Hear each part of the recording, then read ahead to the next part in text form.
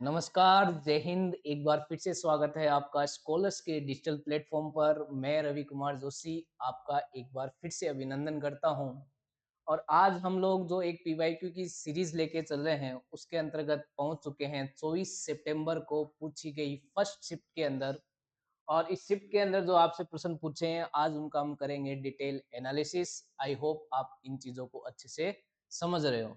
तो without further delay start करते हैं आज का पहला प्रश्न। तो पहला प्रश्न क्या कहता है, देखिए।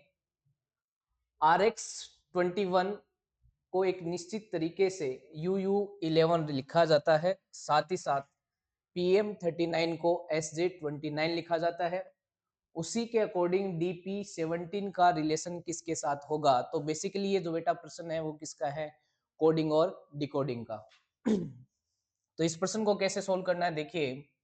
आपको पहले समझना होगा कि RX 21 और UU11 में क्या रिलेशन हो सकता है। UU11 में क्या रिलेशन हो सकता है, तो देखिए। अगर बात करूं नंबर की, तो ये 21 था, ये 11 था, तो मैं ये कह सकता हूं कि जो नंबर है वो -10 हो रहा है। ठीक है, कह सकते हैं। आर की प्लेस वैल्यू 18, एक्स की 24, यू की 21, यू की 21। अगर बात करें यहाँ से यहाँ तक आने में मुझे +3 करना पड़ेगा, और यहाँ से यहाँ आने में मेरे को क्या करना पड़ेगा?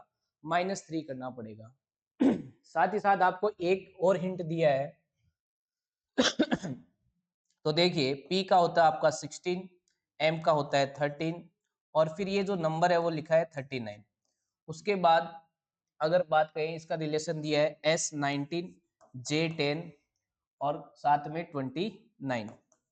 तो देखो, वही नंबर तो आपका -10 हो रहा है, यहाँ पर आपका +3 हो रहा है, और यहाँ पे क्या हो रहा है? -3। तो लॉजिक क्लियर है।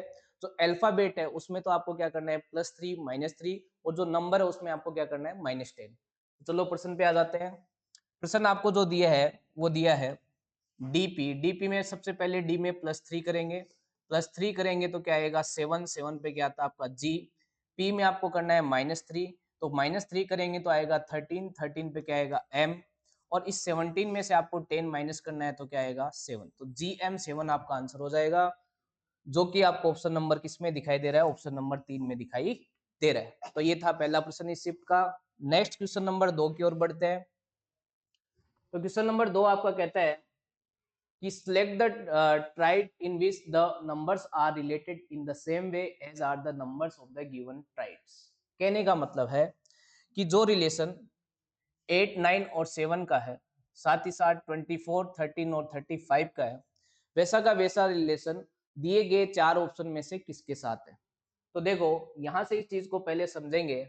तो मैं ये अगर मान लो कि ए को मैं मान लेता हूँ ए, बी को 9 को मान लेता हूँ बी, और 7 को मान लेता हूँ सी। तो मैं क्या ये कह सकता हूँ कि बी प्लस सी करके डिवाइड 2 कर दो तो मेरे को ए मिल जाएगा। तो मेरे को क्या मिल जाएगा? ए। तो मैं इसी लॉजिक से दोनों चीजों को देखता हूँ। तो 9 + 7 16, 9 + 7 16, 16 डिवाइड बाई 2 करेंगे तो 8 मिल जाएगा। क्लियर होगी बात? सिमिलरली यहाँ पे देखो, 13 + 35 48 हो गया, और 48 डिवाइड बाई 2 करेंगे तो क्या गया? 24। तो लॉजिक क्या हुआ?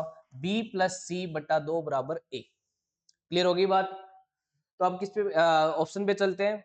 तो देखो, बी प्लस सी करेंगे तो 44 आएगा, 44 डिवाइड बाई 2 करेंगे तो 22 आना चाहिए, लेकिन यहाँ 21 आ रहा है, ये आंसर नहीं होगा।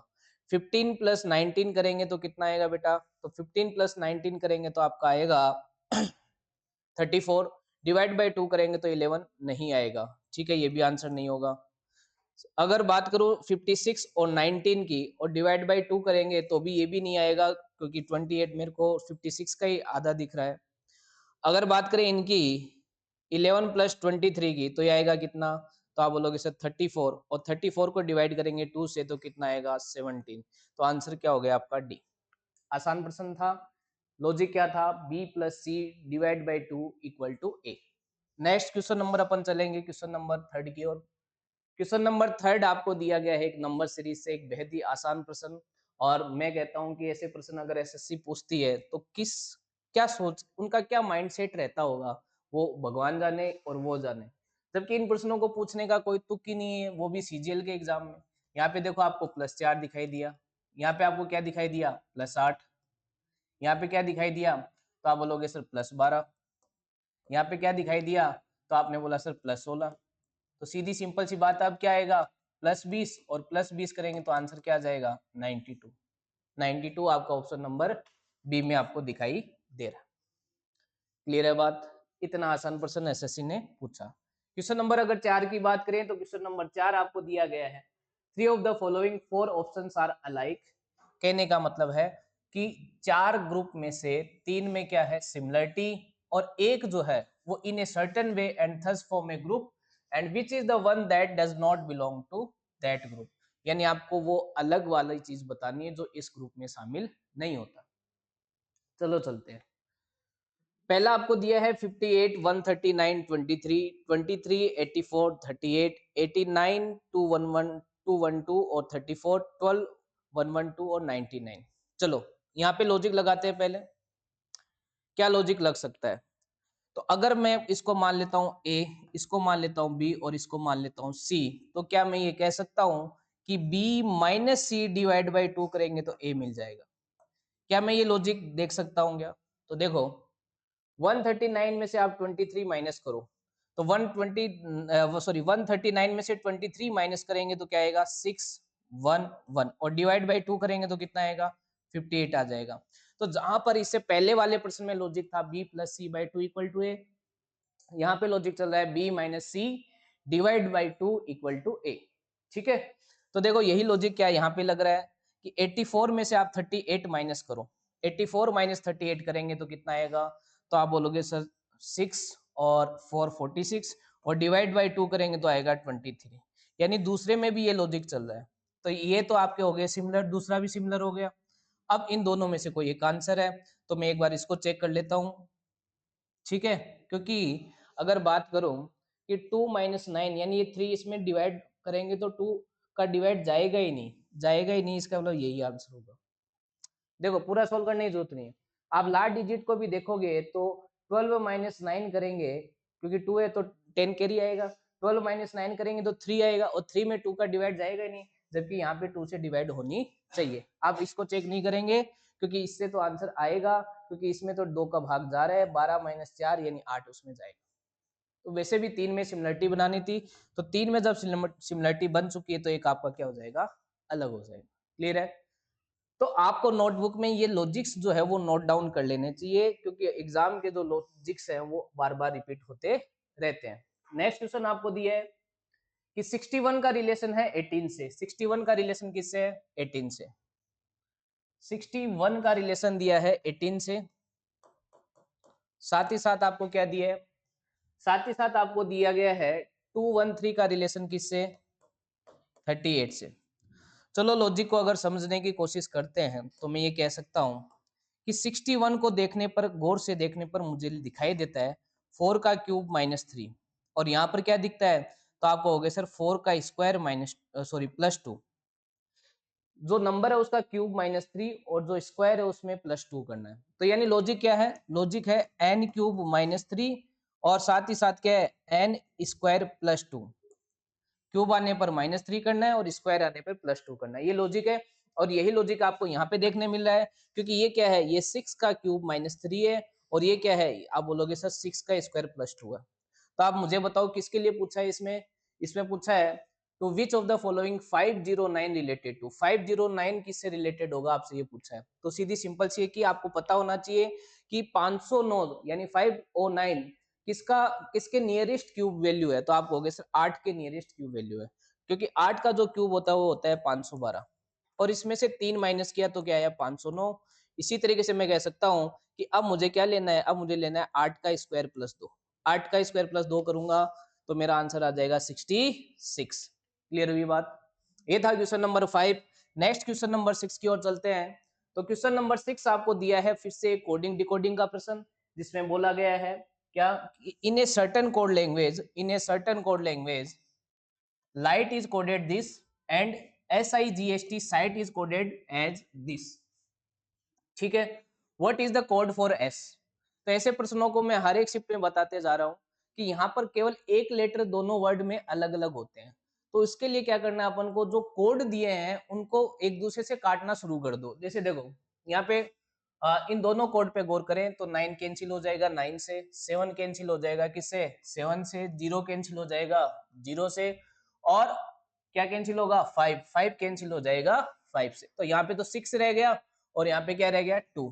अब आप इनमें, क्योंकि ऐसा मैंने क्यों किया, क्योंकि ये जो चीज देखोगे आप दोनों वर्ड में देखोगे, ये आगे वाली चीज केवल एक ही लेटर अलग है, यहाँ पे एस है और यहाँ पे एल है, तो एक ही कोड अलग होगा, और एक ही कोड यहाँ पे एस से आएगा, तो एस का वैल्यू आपका आपके पास क्या आ जाएगा, 6 आ जाएगा। क्या आ जाएगा, 6। तो इसका आंसर क्या हो जाएगा, 6।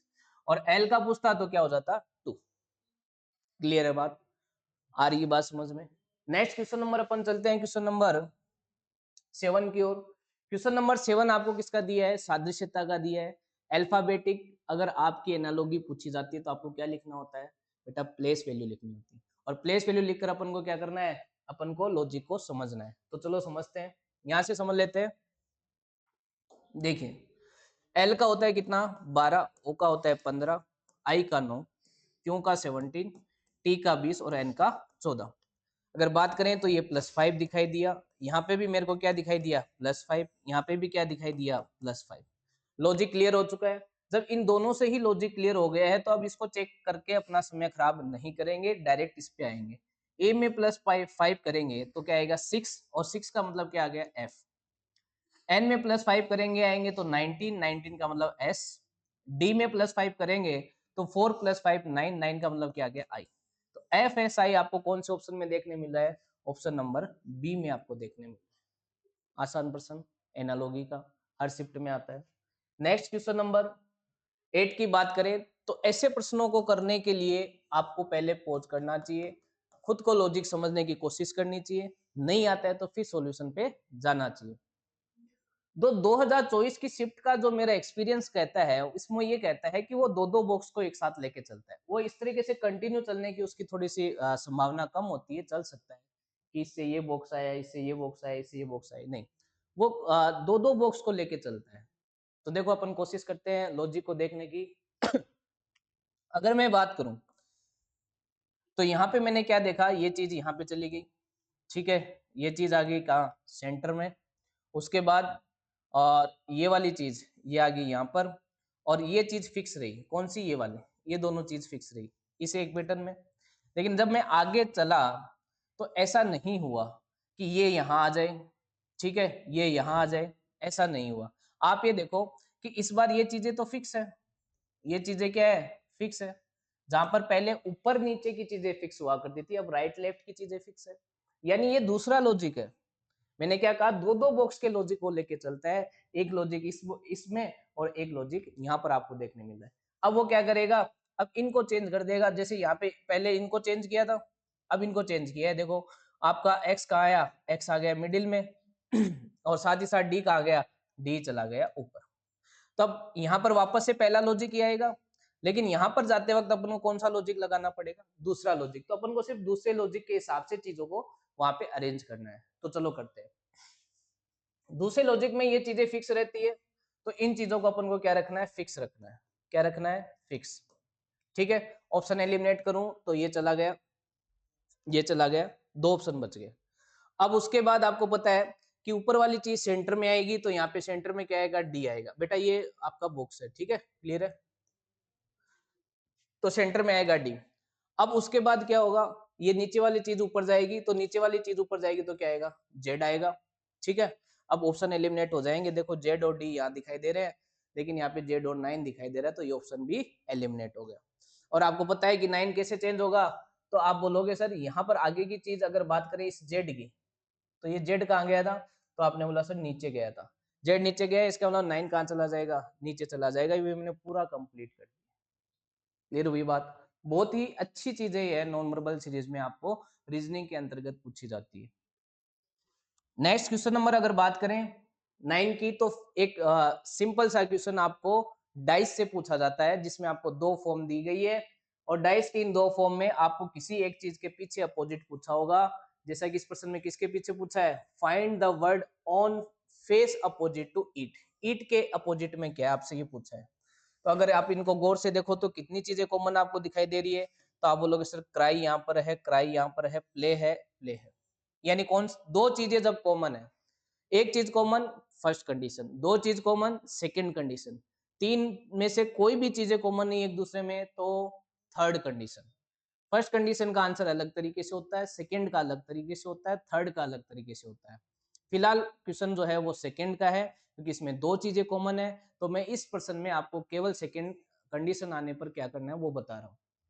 सेकंड कंडीशन ये कहती है कि जब दो चीजें कॉमन होती है तो जो चीज कॉमन नहीं है वो एक दूसरे के अपोजिट हो जाती है, जो चीज कॉमन नहीं है वो एक दूसरे के क्या हो जाती है, अपोजिट हो जाती है। तो दो चीजें कॉमन नहीं है तो एक दूसरे के अपोजिट, इसका मतलब ईट का अपोजिट क्या हो जाएगा, डांस। डांस डांस आपको ऑप्शन नंबर 2 में दिखाई दे रहा है। नेक्स्ट क्वेश्चन नंबर अपन चलेंगे क्वेश्चन नंबर 10 की ओर। तो क्वेश्चन नंबर 10 कह रहा है यदि शब्द डिलाइट के प्रत्येक अक्षर को इंग्लिश अल्फाबेट के अकॉर्डिंग अरेंज किया जाए तो कितने लेटर्स का जो है प्लेस वो अनचेंज रहेगा।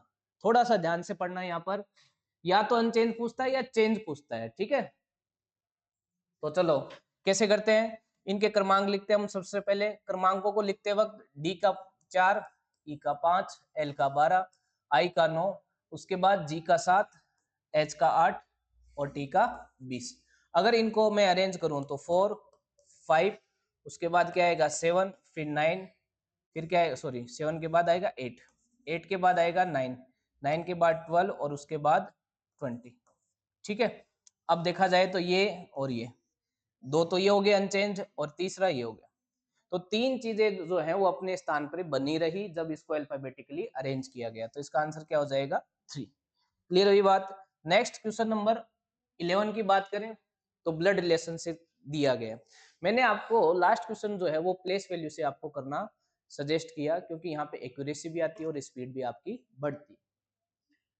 अगर बात करें ब्लड रिलेशन की तो मैं आपको इस ब्लड रिलेशन का डायग्राम बना के बताता हूं, और डायग्राम में याद रखना मैं मेल जो है पुरुष जो है उसको प्लस से डिनोट करूंगा और जो फीमेल है उसको किससे डिनोट करूंगा, माइनस से। अलग अलग तरीके से अलग अलग टीचर इनको डिनोट करते हैं।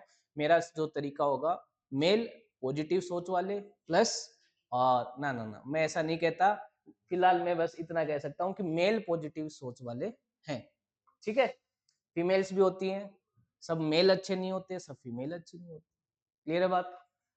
अगर बात करें ए बी की बहन है तो आप क्या कहोगे, बी बहन अपने बराबर की जनरेशन की है, तो बी की बहन ए है तो ये देखो ए पे आ गया माइनस। बी पे जेंडर नहीं आएगा क्योंकि बी की बहन है ए, लेकिन बी कौन है इसके बारे में चर्चा इस लाइन में नहीं की गई है, ना मेल के बारे में ना फीमेल के बारे में, लेकिन ए फीमेल है इसलिए माइनस। सी जो है वो एक की बेटी है, सी जो है वो एक की बेटी है, बेटी एक जनरेशन नीचे की ओर जाती है तो मैंने एक पीढ़ी नीचे की ओर दर्शाया और उस पर माइनस लिखा। डी ए की बहन है, डी किसकी बहन है, ए की, तो भाई बहन बराबर की पीढ़ी के होते हैं तो बराबर की ओर दर्शाएंगे और यहाँ पे लिख देंगे डी, और डी जो है वो ए की बहन है तो इस पे आ गया माइनस। उसके बाद क्या कहा, ई सी का भाई है, ई किसका भाई है, सी का, ये राशि। अब सी के भाई को आपको बराबर में दर्शाना होगा और भाई है इसलिए इस पे क्या आ गया प्लस। क्लियर है बात। अब क्या बोला है, डी ई से किस प्रकार संबंधित है, तो इस लाइन को कैसे पढ़ेंगे, इस लाइन को हमेशा ऐसे पढ़िएगा, डी ई का क्या लगता है,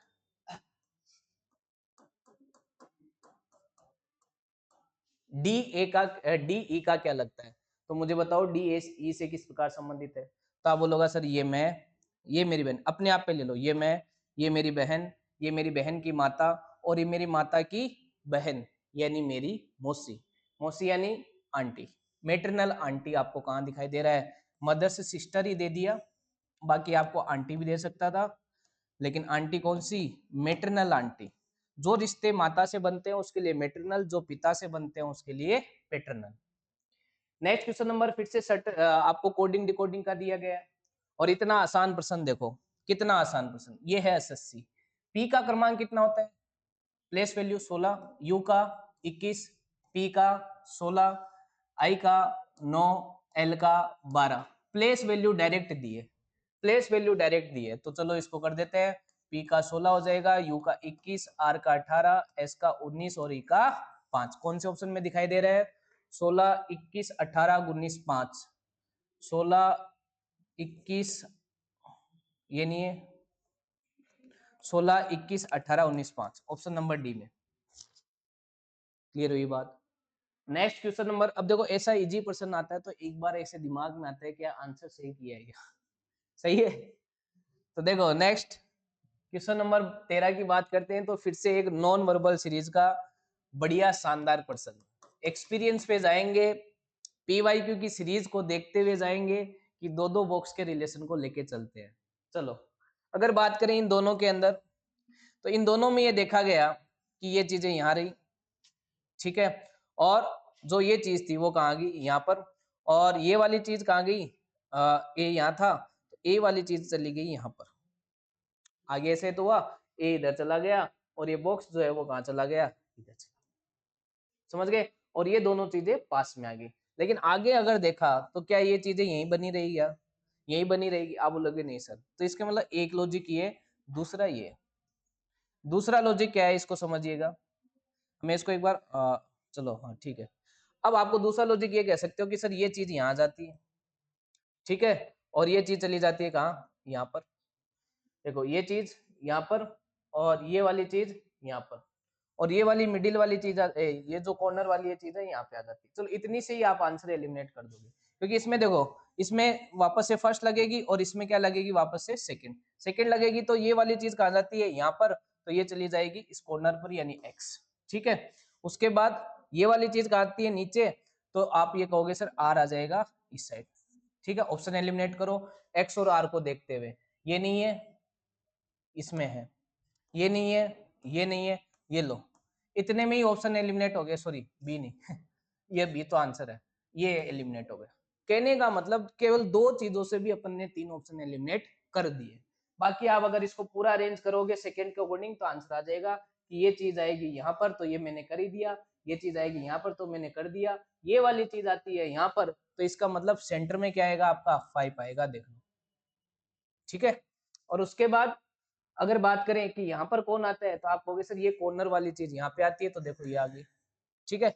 उसके बाद कौन सी चीज आएगी, यहाँ पर कौन सी चीज आती है, सेंटर वाली, तो सेंटर वाली चीज का है यहाँ पर, देखो पूरा मैच हो गया आपका, पूरा मैच नहीं करना होता, ऑप्शन एलिमिनेट करके आगे बढ़ना होता है।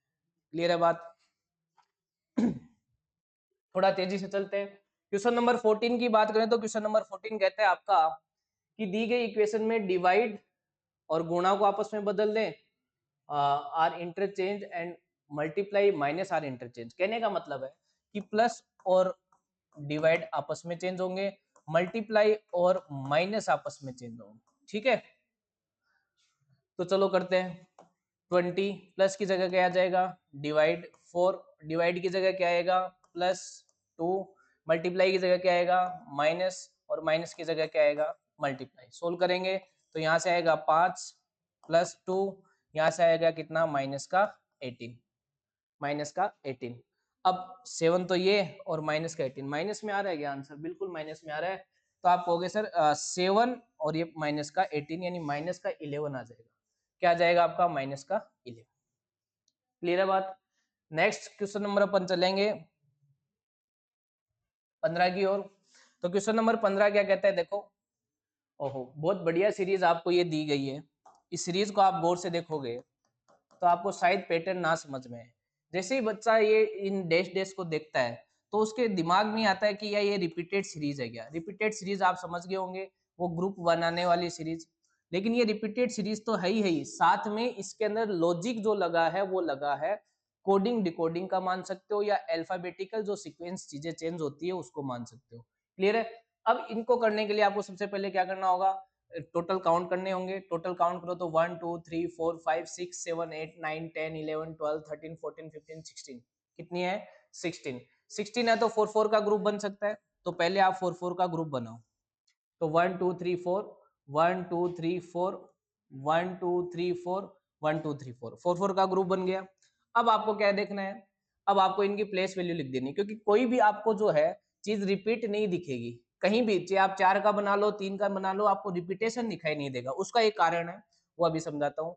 जैसे टी की वैल्यू आ गई 20, यू की आ गई 21 और वी की 22 आगे, और यहाँ पे डैश आ गए। अब इसको नंबर में कन्वर्ट कर दो, यहाँ पे 20, यहाँ पे 18 डैश, यहाँ पे 23, उसके बाद 21 डैश 21 और 24, ठीक है। उसके बाद 22 14 डैश और 25, लॉजिक को देखें तो सेकंड वैल्यू -2 दिखाई दी, यहाँ सेकंड वैल्यू -2 दिखाई दी, तो इसका मतलब यहाँ पे भी -2 हो सकती है। अगर 18 में से -2 होगा, 18 में से -2 होगा तो आप बोलोगे सर यहाँ पे 16 आएगा, और 16 में से -2 होगा तो आप कहोगे सर हाँ बिल्कुल वापस से मेरे को 14 दिखाई दे रहा है। इसका मतलब सेकंड डिजिट में -2 चल रहा है, ठीक है। थर्ड की बात करें तो यहाँ पे 21 था, है ना, यहाँ पे पता नहीं, लेकिन यहाँ पे भी 21 देखा गया, यहाँ पे भी क्या देखा जा सकता है, 21 ही देखा जा सकता है, क्योंकि दो जगह अगर सेम चीज दिखाई दे रही है, इसका मतलब थर्ड जो आपका जो चीज है वो क्या रहेगा, सेम रहेगा। तो मैं एक बार के लिए कर देता हूँ कि मैं यहाँ पे भी क्या लिख देता हूँ 21, और यहाँ पे भी क्या लिख देता हूँ 21। चलो फर्स्ट की बात करते हैं। फर्स्ट यहाँ से समझ में नहीं आएगा, यहाँ से आएगा। देखो 20 से 21, 21 से 22 यानी +1 दिखाई दे रहा है, +1 दिखाई दे रहा है, तो यहाँ पे 20 था तो यहाँ पे कितना आएगा, तो आप बोलोगे सर यहाँ पे 19 आएगा, 19 आएगा। अब आपने क्या क्या फिल किया है, तो आप बोलोगे S, 19 का S लिख दिया, U, उसके बाद P, उसके बाद U। तो SUPU आपको कौन से ऑप्शन में दिखाई दे रहा है, SUPU आपको ऑप्शन नंबर बी में दिखाई दे रहा है। बहुत अच्छा प्रश्न है, नोटबुक में इसे जरूर नोट डाउन करना, ठीक है। नेक्स्ट क्वेश्चन नंबर अपन बढ़ते हैं 16 की ओर। क्वेश्चन नंबर 16 जो कहता है वही कहता है, क्वेश्चन नंबर 16 क्या कहता है कि जो रिलेशन आपका किसका, किसमें, जो रिलेशन 33 का 340 से है, 48 का 490 से, वही रिलेशन दिए गए ऑप्शन में से किसका है। तो देखो इतना इजी क्वेश्चन है। अगर 340 की बात करूं तो मैं कह सकता हूं सर ये 34 इंटू 10 है, और 49 की बात करूं तो मैं कह सकता हूं सर ये 49 है। अब ये 34 क्या है, जो नंबर दिया है उसका +1, जो नंबर दिया है उसका +1, 33 +1, ठीक है, तो ये 34 आ गया। इसी तरीके से 48 +1 किया तो क्या आ गया, 49 आ गया। तो सीधी सी बात है, जो नंबर दिया उस पे पहले +1 होगा, फिर इंटू 10 होगा। पहले +1 इंटू 10 इसमें नहीं दिखाई दे रहा, पहले इसमें क्या इंटू 10 तो इसमें दिख ही नहीं रहा है, ये भी नहीं होगा। +1 45 होता तो वो आंसर आता, तो यही आंसर हो गया अपना। 63 +1 करोगे 64, और 64 इंटू 10 करेंगे तो 640। नेक्स्ट क्वेश्चन नंबर अपन बढ़ते हैं 17 की ओर। साइलो का आपका ये क्वेश्चन है। साइलो क्वेश्चन करने के लिए अपन को वेन डायग्राम बनाना होता है, और वेन डायग्राम को बनाने के लिए अपन को क्या करना है, बताओ देखे, वेन डायग्राम को बनाने के लिए वेन डायग्राम बनाना है, ठीक है। देखो ये क्या कहता है, ऑल स्पून आर फॉक्स, ठीक है। देखो इसमें आर साइलेंट होता है, इसको फॉक्स बोला जाता है, ठीक है। ऑल स्पून आर फॉक्स, ये डायग्राम बना। फिर ऑल फॉक्स आर नाइफ, ठीक है, ऑल फॉक्स आर नाइफ, ये नाइफ का प्लूरल है, तो ऑल फॉक्स आर नाइफ, ठीक है। स्पेक्चुला, स्पेक्चुला, या कुछ लोग इसको स्पेक्टुला भी बोलते होंगे, मुझे नहीं पता आइडिया, लेकिन स्पेक्चुला मैंने सुना है। नो नाइफ इज स्पेक्चुला, तो नो लाइफ इज स्पेक्चुला, ठीक है जी, कर्ची बोलते हैं ना, ठीक है। अब अब बात आती है some knives are spoon, some knife are spoon दिखाई दे रहे हैं, सम नाइफ आर स्पून, बिल्कुल ये आपका, मैं इसको SP नाम दे देता हूँ स्पेक्चुला का, है ना, ये अपना स्पून है, ये चम्मच है, ठीक है ना। तो आप ये मुझे बताओ डायग्राम देख के, क्या सम नाइफ्स आर स्पून दिखाई दे रहे हैं, बिल्कुल देखो ये पूरा नाइफ्स है तो इसमें स्पून भी है, बिल्कुल ठीक है। No forks is spatula, no fork is spatula. देखो अब ये देखो, क्या आप ये कह सकते हो कि एक भी फोक स्पेक्चुला नहीं है, बिल्कुल कह सकते हैं। नो फोक्स इज ए स्पेक्चुला, क्योंकि इसमें क्या कहा था, नो नाइफ इज स्पेक्चुला। जब नाइफ ही अगर अपना क्या नहीं है, स्पेक्चुला नहीं है, तो ये फोक भी नहीं होगा, तो ये भी आपका क्या हो गया, सही। भाई ये अंदर वाली चीज तो पूरी पूरी नहीं होगी ना, जब ये बाहर वाली चीज जो है वो स्पेक्चुला नहीं है, तो एफ तो अंदर की ओर है, एफ तो अंदर की ओर है, ऑल स्पून आर फोक्स। तो जब नाइफ ही आपकी स्पेक्चुला नहीं है, तो फोक भी क्या नहीं होगी, स्पेक्चुला नहीं होगी। नेक्स्ट अगर बात करें some spoon are spatula, some spoon are spatula, नहीं बिल्कुल दिखाई नहीं दे रहे, ये भी एक भी स्पेक्चुला क्या नहीं होगी, स्पून नहीं होगी। तो केवल पहला और दूसरा सही है, only conclusion first and second follow. Clear है बात। नेक्स्ट क्वेश्चन नंबर अपन चलेंगे क्वेश्चन नंबर 17 की ओर। फिर से एक डाइस का क्वेश्चन, फिर से एक अपोजिट चीज पूछी जाएगी। ओ के अपोजिट पूछा है तो बता दो ओ के अपोजिट क्या होगा। दोनों को गौर से देखो, क्या चीजें कॉमन है, MN, केवल O कॉमन है, क्या कॉमन है, O कॉमन है। तो जिस चीज के पीछे पूछा है, मैं आपको हर शिफ्ट में बताता हूँ, कंडीशन वगैरह आप लगाना। मैं कहता हूँ कि जब उस चीज के पीछे पूछा जाए जो चीज कॉमन है दोनों में, तो याद रखना, जो चीजें साथ में दिखाई देती है वो कभी भी अपोजिट नहीं होती, जो चीजें साथ में दिखाई देती है वो कभी अपोजिट नहीं होगी। तो P नहीं होगा, Q नहीं होगा, और क्या नहीं होगा, M नहीं होगा। आंसर क्या हो जाएगा, R। कंडीशन लगा के भी कर सकते हो, लेकिन सबसे बढ़िया तरीका यही है, जब ये इस तरीके का क्वेश्चन पूछे तो जो साथ में है वो आंसर नहीं हो सकते, बात खत्म। क्वेश्चन नंबर 19 की बात करें तो मिरर इमेज पूछा है। मिरर इमेज में मैंने आपको ऑप्शन से जाना बताया, क्योंकि तीन ही तरह की गलतियां देता है, जिसमें से पहली गलती तो ये कि वो वाटर इमेज बना देता है, 4 की वाटर इमेज बना दी, ठीक है। दूसरी गलती वो क्या करता है वो देखना, दूसरी गलती इसमें मेरे को दिखाई नहीं दे रही है। हाँ ये देखो, जेड, जेड को जेड ही रख दिया इसमें। आपको पता है इस जेड का मिरर इमेज ये नहीं बनेगा, मिरर इमेज ये बनेगा, ठीक है। फिर तो यहाँ पे वाटर इमेज यहाँ पे सेम रख दिया, दो तरीके की ये गलती। तीसरी गलती से अगर देखा जाए तो इसमें तो मेरे को दिखाई नहीं दे रही है। अगर बात करें इसमें देखो, इसमें देखो जे का मिरर इमेज नहीं बनाया, तो यहाँ पे दो गलतियां तो आपको शो हो गई। कौन सी, या तो वो वैसी की वैसी चीज रख देता है, या मिरर इमेज की जगह वाटर इमेज बना देता है। तीसरी जो गलती करता है वो करता है, वो इनकी जैसे के पहले के लिख देगा, फिर जेड का मिरर इमेज लिखेगा, यानी रीअरेंज कर देगा। अब इन्हीं चीजों को देखते हुए आप ऑप्शन एलिमिनेट करके आगे बढ़ जाया करो, ठीक है। नेक्स्ट क्वेश्चन नंबर 20, फिर से एक वही आपका मिरर इमेज। चलो चलते हैं फटाफट, एरर देखते हैं। अब आपको पता है डी का मिरर इमेज ये नहीं बनेगा, डी का मिरर इमेज क्या बनता है, बी बनता है, ठीक है। तो ये आंसर नहीं होगा, है ना। ये ठीक है, ये ठीक है, ये ठीक है, ये ठीक है, यही आंसर होगा जी। आप चेक कर लो, आगे देखो 7 का मिरर इमेज नहीं बनाया, चीजें भी रीअरेंज कर दी, साथ ही साथ यहाँ पे 3 का आपका मिरर इमेज नहीं बनाया, ठीक है।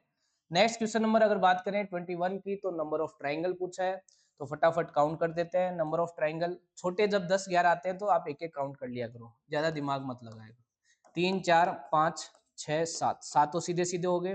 फिर उसके बाद एक ये आपको दिखाई दे रहा है 8, और एक आपको ये दिखाई दे रहा है 9। 9 तो सीधे सीधे दिखाई दिए, ठीक है। अब इन दोनों को मिला के 10, और एक इन दोनों को मिला के 11, तो टोटल कितने ट्रायंगल हो जाएंगे, 11 ट्रायंगल हो जाएंगे। आसान सा नंबर ऑफ ट्रायंगल का क्वेश्चन। नेक्स्ट क्वेश्चन नंबर अगर बात करें 22 की, तो एक अल्फाबेटिक सीरीज दिखाई दे रही है।